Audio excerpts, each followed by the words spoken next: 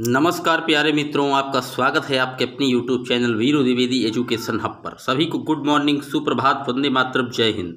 उम्मीद करता हूं कि आप बेहतर होंगे, आपका परिवार बेहद उम्दा और अच्छा होगा।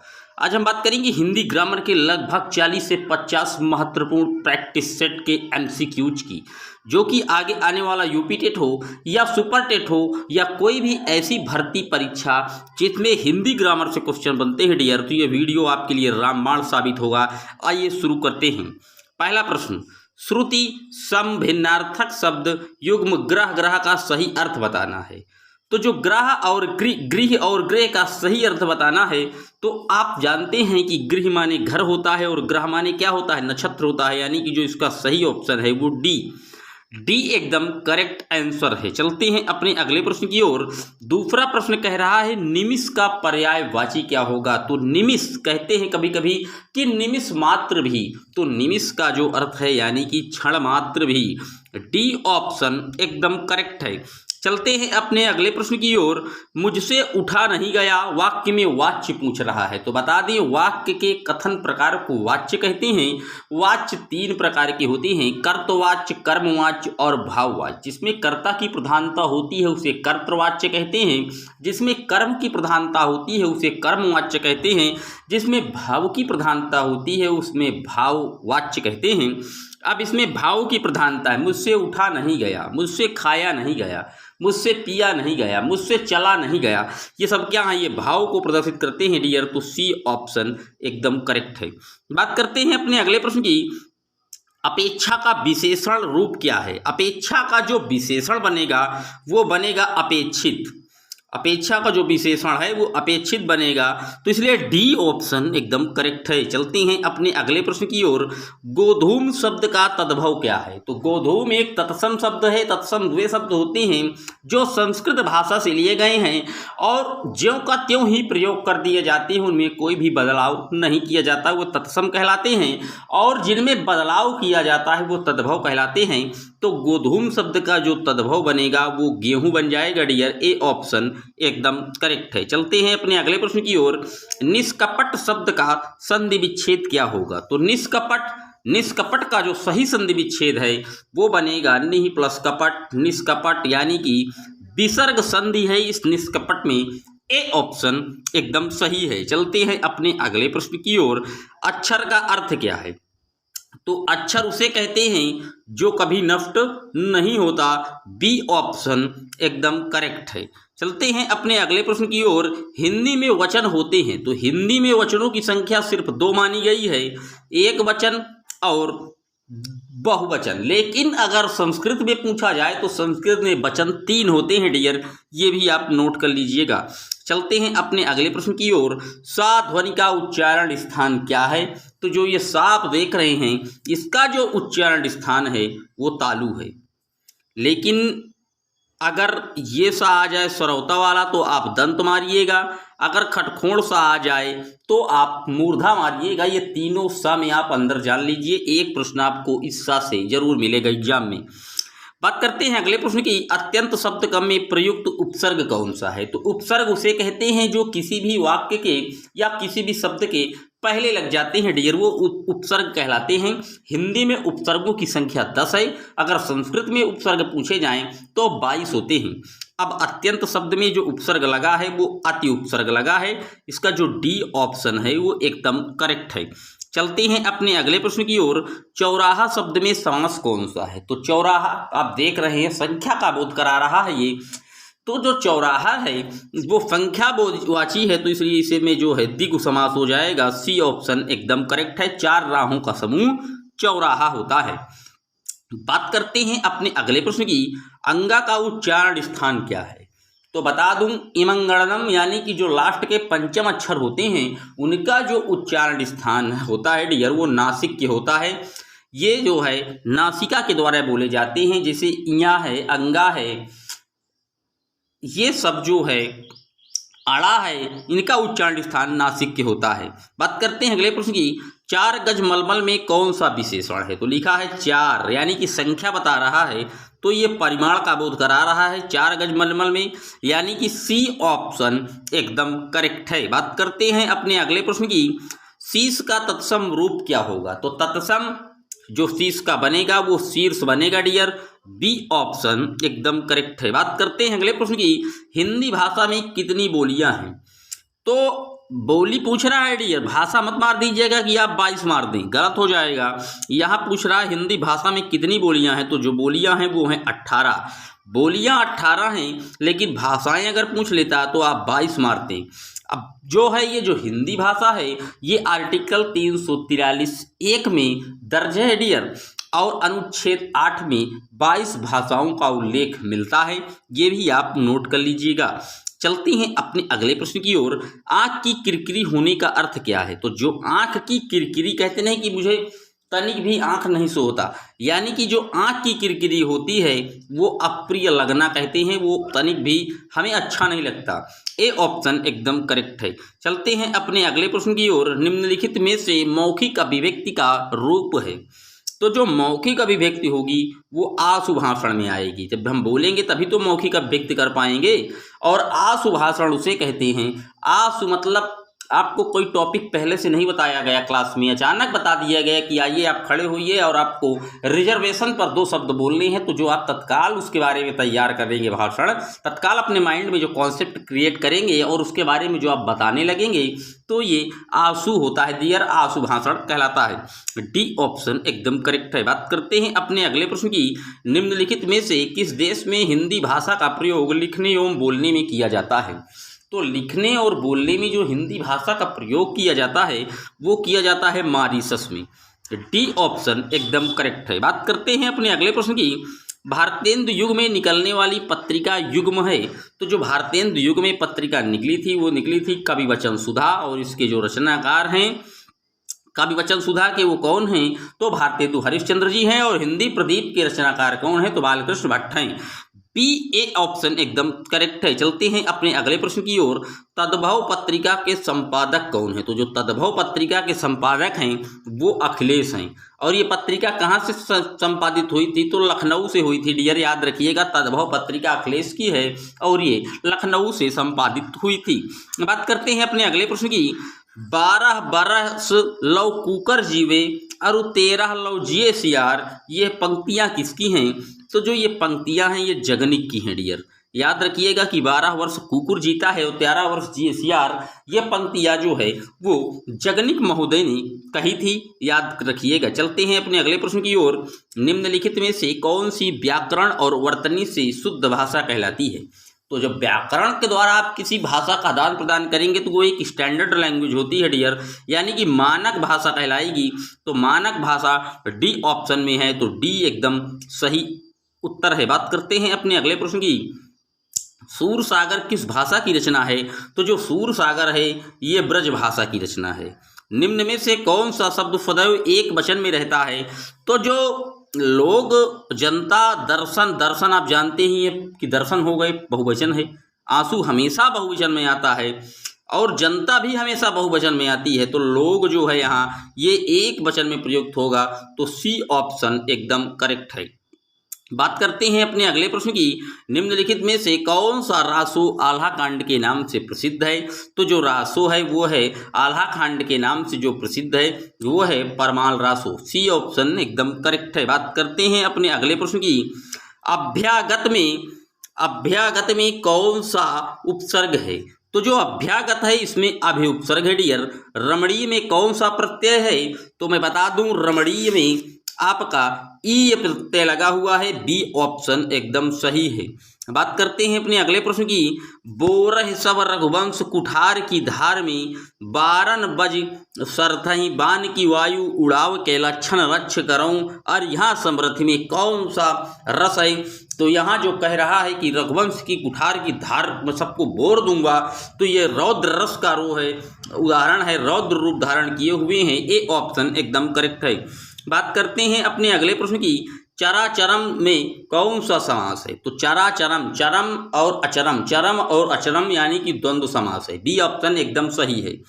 बात करते हैं अपने अगले प्रश्न की। शब्द का अर्थ स्पष्ट करने हेतु कौन सा तरीका सर्वाधिक उपयुक्त है? तो जब हम शब्द का अर्थ, किसी शब्द के अर्थ को स्पष्ट करेंगे तो उसके लिए हम उसको किसी वाक्य में प्रयोग करके तभी तो क्लियर समझा पाएंगे। तो वाक्य का प्रयोग करके ही हम बता पाएंगे, इसलिए जो इसका सही ऑप्शन है वो ए ऑप्शन एकदम सही है। बात करते हैं अपने अगले प्रश्न की। भाषा शिक्षण की पद्धति नहीं है, मतलब कौन सी ऐसी पद्धति है जिसके द्वारा हम भाषा शिक्षण को नहीं दे सकते। तो किंडरगार्टन ये तो है, किंडरगार्टन से तो हम पढ़ाते ही हैं, मॉन्टेसरी से भी पढ़ाते हैं और ड्रैकोली से भी पढ़ाते हैं, लेकिन ये अभिक्रमित अनुदेशन से हम भाषा शिक्षण नहीं दे सकते। अब ये अभिक्रमित अनुदेशन का सिद्धांत किसने दिया था, तो आप याद रखिएगा BF स्किनर ने दिया था डियर। बात करते हैं अपने अगले प्रश्न की। बालक की प्रारंभिक शिक्षा उसकी मातृभाषा में दी जाए, यह मानना किसका है। तो जो बालक की शिक्षा है वो उसके मदर टंग में, मातृभाषा में देने की सिफारिश की थी महात्मा गांधी जी ने, यानी कि बी ऑप्शन एकदम सही है। महात्मा गांधी जी ने 1937 में वर्धा शिक्षा योजना में इसकी शुरुआत की थी डियर, तो बी ऑप्शन याद रख लीजिएगा। चलते हैं अपने अगले प्रश्न की ओर। व्याकरण शिक्षण के लिए उपयुक्त नहीं है, तो जो व्याकरण शिक्षण है इसके लिए जो उपयुक्त नहीं है वो है कक्षा अभिनय प्रणाली। डी ऑप्शन उपयुक्त नहीं है, क्योंकि हम कोई प्रोग्राम या फंक्शन करके या हम उसे व्याकरण को समझा नहीं सकते डियर। डी ऑप्शन एकदम सही है। चलते हैं अपने अगले प्रश्न की ओर। आनंद कादम्बनी पत्रिका का प्रकाशन कहाँ से हुआ था। तो जो आनंद कादम्बनी है इस पत्रिका का जो प्रकाशन था वो लखनऊ से हुआ था। बात करते हैं अपने अगले प्रश्न की। आदिकाल की रचना कौन सी है। तो जो आदिकाल है इसकी रचना है छत्रसाल दशक। बात करते हैं अगले प्रश्न की। आचार्य रामचंद्र शुक्ल का निबंध संग्रह कौन सा था।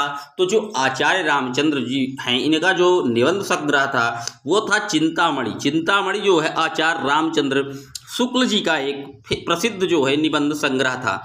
बात करते हैं अपने अगले प्रश्न की। राष्ट्रवादी कवि रामधारी सिंह दिनकर जी को उर्वशी के लिए ज्ञानपीठ पुरस्कार किस वर्ष प्रदान किया गया था। तो जो ज्ञानपीठ पुरस्कार है इसकी शुरुआत 1965 से शुरू हुई थी और ये 1972 में रामधारी सिंह दिनकर जी को मिला था। बी ऑप्शन एकदम करेक्ट है। बात करते हैं अपने अगले प्रश्न की। निरामिष किसे कहते हैं। तो निरामिष उसे कहते हैं जो मांस रहित भोजन होता है उसे हम निरामिष कहते हैं, और मांस रहित भोजन को हम क्या कहते हैं, सामिष कहते हैं डियर। ए ऑप्शन एकदम सही है। बात करते हैं अपने अगले प्रश्न की। शहद शब्द है, तो शहद जो शब्द है ये कैसा शब्द है। तो जो ये शहद है ये आगत शब्द है डियर। डी ऑप्शन एकदम सही है। वनिता का प्रयोग किस अर्थ में होता है। तो वनिता का प्रयोग स्त्री के अर्थ में होता है। बी ऑप्शन एकदम करेक्ट है। बात करते हैं अपने अगले प्रश्न की। मुकुंद किसका पर्याय है। तो मुकुंद जो पर्याय है ये भगवान विष्णु का है डियर। ए ऑप्शन एकदम सही है। बात करते हैं अगले प्रश्न की। काहेरी नाली तू कुम्हलानी तेरे ही नाली सरोवर पानी, ये रचना किसकी है। तो जो ये रचना है ये बाबा रैदास की है। बी ऑप्शन एकदम सही है। बात करते हैं अपने अगले प्रश्न की। करपट का तद्भव रूप क्या है। तो जो करपट होता है इसका जो तद्भव होगा वो कपड़ा होगा डियर। डी ऑप्शन एकदम करेक्ट है। कपड़ा, करपट का कपड़ा होता है और कपाट का किवाड़ होता है, ये भी आप साथ ही साथ लिख लीजिएगा। चलते हैं अपने अगले प्रश्न की ओर। निम्नलिखित में वर्तनी की दृष्टि से कौन सा शब्द युग्म सही है। तो जो बारात बसंत ये सही नहीं है, क्योंकि बारात होता है डियर और बारात इसमें भी है, ये भी गलत है। लेकिन जो आप देख रहे हैं इसमें बारात बसंत नहीं, बारात तो वसंत या बसंत में आप अंतर देखेंगे डियर, दोनों में, बाकी दोनों सही लिखे हैं। तो बारात और बसंत होता है, बसंत वसंत नहीं। तो इसका जो सही ऑप्शन होगा वो बी होगा। बी एकदम सही जवाब है। बात करते हैं अपने अगले प्रश्न की। अर्धस्वर कौन से हैं। तो जो अर्धस्वर होते हैं डियर वो या और वा को हम अर्धस्वर कहते हैं। ए ऑप्शन एकदम करेक्ट है। चलते हैं अपने अगले प्रश्न की ओर। चोर की दाढ़ी में तिनका मुहावरे का सही अर्थ क्या है। तो जब कोई चोर होगा तो वो हमेशा क्या रहता है, शंका से ग्रस्त रहता है कि कहीं कोई जान न जाए, इसलिए जो इसका सही ऑप्शन है वो बी एकदम करेक्ट आंसर है। चलते हैं अपने अगले प्रश्न की ओर। निम्न में से कौन सा मात्रिक शब्द है। तो मात्रा किसमें लगी हुई है, शीतल में लगी हुई है, बड़ी ई की मात्रा आपको दिख रही है, तो सी ऑप्शन एकदम सही है। बात करते हैं अपने अगले प्रश्न की। बुद्धिहीन शब्द व्याकरण की दृष्टि में किस संवर्ग में आता है? तो बुद्धिहीन क्या है? एक विशेषण है, बुद्धि से हीन, सी ऑप्शन एकदम करेक्ट है। बात करते हैं अपने अगले प्रश्न की। डा ढा वर्ण है, तो जो डा ढा वर्ण है इन्हें हम उत्क्षिप्त वर्ण के नाम से जानते हैं, या हम इन्हें विकसित व्यंजन भी कहते हैं, या हम इन्हें द्विगुण व्यंजन के नाम से भी जानते हैं डियर। तो ए ऑप्शन एकदम सही है। बात करते हैं अपने अगले प्रश्न की। महोर्मिका संधि विच्छेद है, तो जो महोर्मिका संधि विच्छेद है वो होगा महा प्लस ऊर्मी महोर्मी, बी ऑप्शन एकदम सही है। समष्टि का विपरीतार्थक क्या होगा? तो समष्टि का जो विलोम व्यष्टि होगा डियर, बी ऑप्शन एकदम करेक्ट है। अब बात करते हैं हिंदी व्याकरण के कुछ और लेटेस्ट प्रश्नों की, तो आइए शुरू करते हैं। स्वतंत्र रूप से बोली जाने वाली ध्वनियाँ कौन हैं? तो जो स्वतंत्र रूप से बोली जाती हैं, जिन्हें किसी भी अन्य ध्वनियों की कोई आवश्यकता नहीं होती, वो स्वतंत्र होती हैं, वो स्वर कहलाते हैं। ए ऑप्शन एकदम करेक्ट है। हिंदी में स्वरों की संख्या 11 मानी जाती है, ये भी आप नोट कर लीजिएगा। स्वर 3 प्रकार के होते हैं, ह्रस्व, दीर्घ और प्लुत। बात करते हैं अगले प्रश्न की। निम्नलिखित में से उच्चारण की दृष्टि से जिसका स्थान जिह्वा का अग्र नहीं है, तो वो आ जो है वो जिह्वा का अग्र नहीं है। बात करते हैं अपने अगले प्रश्न की। हिंदी वर्णमाला में अन और आहा क्या हैं? तो जो ये अन और आहा है ये क्या है? ये अयोगवाह के अंतर्गत आते हैं डियर। तो सी ऑप्शन एकदम करेक्ट है। बात करते हैं अपने अगले प्रश्न की। संयुक्त स्वर कौन सा है? तो जो संयुक्त स्वर आप इसमें देख रहे हैं वो आए है, डी ऑप्शन एकदम करेक्ट है। डियर, आपको प्रश्न अगर अच्छे लग रहे हैं तो चैनल को सब्सक्राइब करें, वीडियो को ज़्यादा से ज़्यादा ग्रुपों में शेयर करें। बात करते हैं अगले प्रश्न की। अंतस्थ व्यंजन है, तो जो अंतस्थ व्यंजन है वो है यारा लावा, डी ऑप्शन एकदम करेक्ट है। बात करते हैं अपने अगले प्रश्न की। निम्न में से महाप्राण ध्वनि नहीं है, तो महाप्राण कौन से वर्ण आते हैं? 2 और 4 और 1, 3, 5 क्या होते हैं? अल्प प्राण होते हैं डियर। तो पहला ही क्या है? अल्प प्राण है, क्योंकि पहला वर्ण है का, तो इसलिए इसका जो सही ऑप्शन है तो वो एकदम सही है। बात करते हैं अपने अगले प्रश्न की। अघोष ध्वनियाँ होती हैं, तो बता दें 3, 4, 5 सघोष होती हैं, 1 और 2 अघोष होती हैं। तो पहली और दूसरी जो है, पहली और दूसरी अघोष होगी, और जो तीसरी और चौथी और पांचवी हैं वो सघोष होगी। तो यहाँ क्या पूछ रहा है? यहाँ अघोष पूछ रहा है, तो पहली और दूसरी क्या है? अघोष है डियर। तो बी ऑप्शन एकदम करेक्ट है। चलते हैं अपने अगले प्रश्न की ओर। महाप्राण ध्वनियाँ होती हैं, तो महाप्राण अभी आपको बता चुका हूँ, 2, 4 महाप्राण होती हैं और 1, 3, 5 अल्प प्राण होती हैं। तो 2, 4 सीधे देख लीजिए, सी ऑप्शन में लिखा है। वर्ग की दूसरी और चौथी ध्वनि क्या है? महाप्राण है, सी ऑप्शन एकदम करेक्ट है। बात करते हैं अगले प्रश्न की। ए ऐ वर्ण का उच्चारण स्थान क्या है? तो जो ए और ऐ वर्ण का उच्चारण स्थान है वो कंठ और तालु है, बी ऑप्शन एकदम करेक्ट है। बात करते हैं अपने अगले प्रश्न की। निम्न में से कौन सा घोष वर्ण है? घोष वर्ण, घोष यानी सघोष 3, 4, 5 जो अपने कॉलम में आते हैं, तो आप देख लीजिएगा। लास्ट में कौन आ रहा है? माँ जो है आ रहा है 3, 4, 5 पांचवें स्थान पर, इसलिए इसका जो सही ऑप्शन है वो सी एकदम सही है डियर। बात करते हैं अपने अगले प्रश्न की। पूछ रहा है निम्न में से कौन सा स्पष्ट संघर्षीय व्यंजन है? तो स्पष्ट संघर्षीय व्यंजन कौन से आते हैं आपको पता है? उस संघर्षीय व्यंजन कौन होते हैं? सा, सा, सा, हा। तो यहाँ इसमें आपको दिख नहीं रहा, तो ये स्पर्श में का से मा तक की ध्वनियाँ आती हैं, ये भी आपको पता है। तो चा से जा ये भी है, टा ठा डा डाण आता था ये भी है, ता था दा भी है, पा फा भा भी है। तो डियर अब आप इसमें बताइए कि कौन सा नहीं होगा। इसमें चारों सही हैं डियर, इसलिए ये प्रश्न को हम कैंसिल करते हैं, सारे विकल्प इसके सही हैं डियर। बात करते हैं अपने अगले प्रश्न की। भाषा की सबसे छोटी इकाई कौन सी है?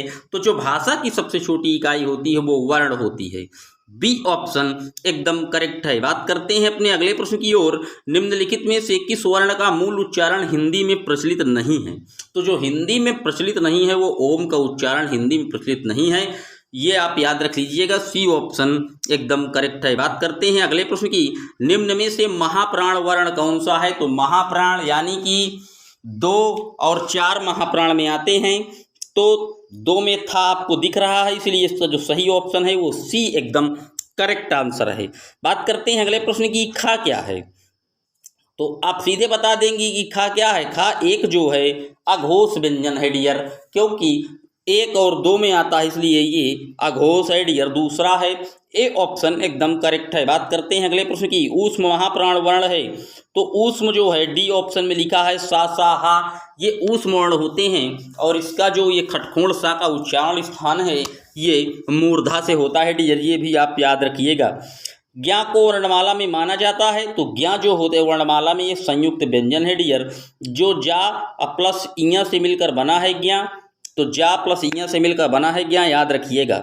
निम्न में से कौन सा वर्ण स्पर्श संघर्षी है, तो स्पर्श संघर्षी पूछ रहा है डियर, तो आप मार दीजिएगा क्या, हा सा सा हा ही आपको बताया हूँ, तो डी ऑप्शन एकदम करेक्ट था। ये थे डियर 50 क्वेश्चन धमाकेदार ग्रामर हिंदी के। आपको कैसे लगे कमेंट बॉक्स में लिखिएगा। अगर वीडियो आपको अच्छा लग रहा है तो चैनल को सब्सक्राइब करें, वीडियो को लाइक और शेयर करना ना भूलें। मिलते हैं जल्द ही आपसे एक और वीडियो में, तब तक के लिए जय हिंद जय Bharat. Thanks for watching my video.